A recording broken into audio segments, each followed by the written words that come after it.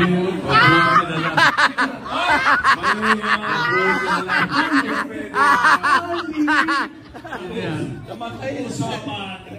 wala dito, hindi pwede. Ano, Tito Sen?